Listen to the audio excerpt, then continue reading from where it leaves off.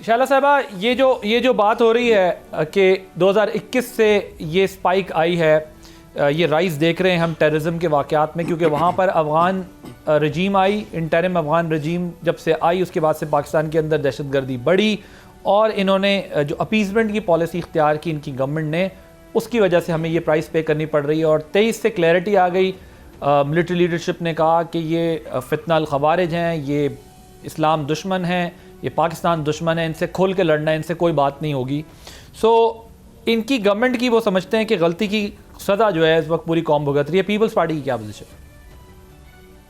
اچھا دیکھیں، Pakistan Peoples party کی بڑی واضح ہمیشہ سے پوزیشن ہے،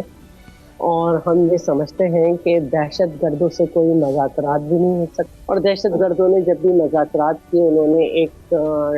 ٹائم گیننگ ٹیکٹس کے تحت کیے، اور ہمیشہ ان مذاکرات کو خود ختم کیا۔ ہم سے کوئی جب بھی ہمیں بلایا گیا سیکیورٹی کی میٹنگ میں تو ہم بیٹھے ضرور، لیکن جب تمام پولیٹیکل پارٹیز نے کہا کہ مذاکرات کر رہے ہیں تو اس وقت بھی چیئرمین بلاول نے کہا تھا کہ ان سے کبھی خیر کی امید نہ رکھ لیں، اور بینظیر بھٹو صاحبہ نے تو اپنی جان دے دی کہ چاہے مرد ہو یا عورت یہ دہشت گرد ہیں اور ان سے لڑنا ہوگا، اور ہم یہ سمجھتے ہیں کہ ان سے لڑائی میں اگر ہماری جان جائے تو ہمارے لیے تو شہادت ہے، اور یہ فتنے ہیں، ان کا ہلاک ہونا ضروری ہے۔ بڑی اچھی بات ہے کہ بالآخر ریاست کو یہ بات سمجھ میں آ گئی، گڈ اور بیڈ کا کانسیپٹ ختم ہوا، لیکن اس میں تو کوئی دو رائے نہیں ہے کہ 2012 کے الیکشن سے پہلے جو ہے وہ پیپلز پارٹی کو دھمکی دی گئی تھی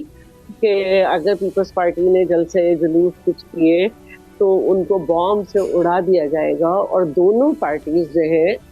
پی ٹی آئی اور پی ایم ایل این بڑے آرام سے اپنے جلسے کر رہی تھی۔ شائلہ صاحبہ یہ بتائیں، وہ کہہ رہے ہیں کہ بھائی اب انہوں نے اس کی طرف وہ کہہ رہے ہیں کہ آپ روٹ کاز کو جب تک نہیں پکڑیں گے تب تک آپ اس مسئلے کو حل نہیں کر سکیں گے۔ سو آپ لوگوں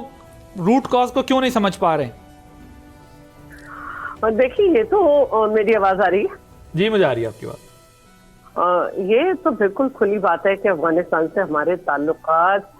بہترین ٹائپ نہیں تھے۔ حتی یہ ہے کہ جب شیخ ذوالفقار علی بھٹو نے اسلامی نظریاتی کانفرنس بلائی تھی تو اس میں یہ شریک نہیں ہوئے تھے،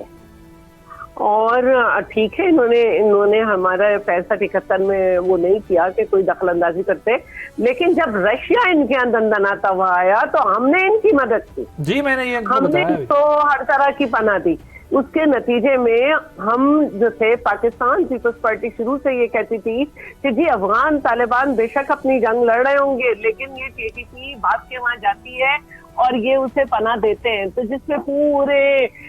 ٹی وی پہ دانی شور جو تھے وہ ہمارے اوپر لاہور پڑھا کرتے تھے۔ لیکن یہاں تک کہ پھر جب امریکہ وہاں سے گیا تو فتح مکہ کے ایکول قرار دے دیا اور پتہ نہیں کیا کیا قرار دیا، اور پھر انہوں نے بہت جلدی اپنا رنگ دکھا دیا کہ وہ کیا ہے۔ ابھی بھی جب میں تو بالکل اس بات کو کہوں گی کہ جو افغانستان کے اتنے